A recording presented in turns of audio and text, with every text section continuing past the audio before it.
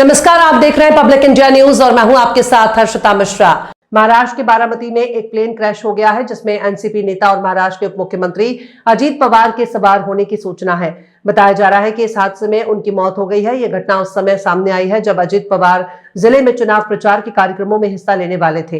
उप मुख्यमंत्री अजीत पवार बुधवार 28 जनवरी 2026 को बारामती तालुका में जिला परिषद और पंचायत समिति के चुनाव प्रचार के तहत कई सभाओं को संबोधित करने वाले थे। अजीत पवार राष्ट्रवादी कांग्रेस पार्टी के नेता थे और इस समय महाराष्ट्र के उप मुख्यमंत्री का पद संभाल रहे थे। एनसीपी के अध्यक्ष शरद पवार के भतीजे थे। पिछले साल अजीत पवार अपने चाचा शरद पवार से अलग होकर भाजपा शिवसेना गठबंधन सरकार में शामिल हुए थे, जिसके बाद उन्हें डिप्टी सीएम बनाया गया था। महाराष्ट्र के उप मुख्यमंत्री और जमीन से जुड़े हुए जननेता श्रीमान अजीत दादा पवार, इनका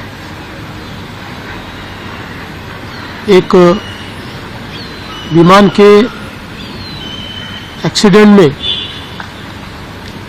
बहुत ही दुखद निधन हुआ है। इसकी वार्ता आने के बाद समूचे महाराष्ट्र में बहुत ही दुख का वातावरण तैयार हुआ है।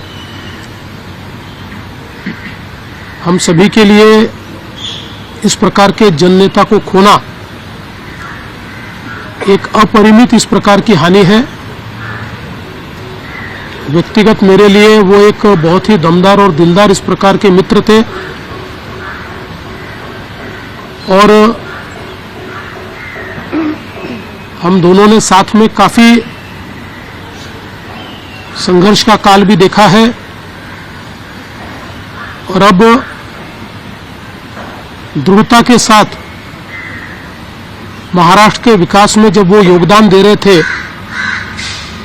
और एक बहुत लंबी पारी वो खेलेंगे ऐसी परिस्थिति थी, ऐसे समय उनका निकल जाना, मैं ऐसा मानता हूं कि इसके लिए हमारे पास कोई शब्द भी नहीं है और उनके परिवार पर और उनका जो बृहद परिवार है राष्ट्रवादी कांग्रेस पार्टी, उसके पदाधिकारी कार्यकर्ताओं पर ये जो दुख आया है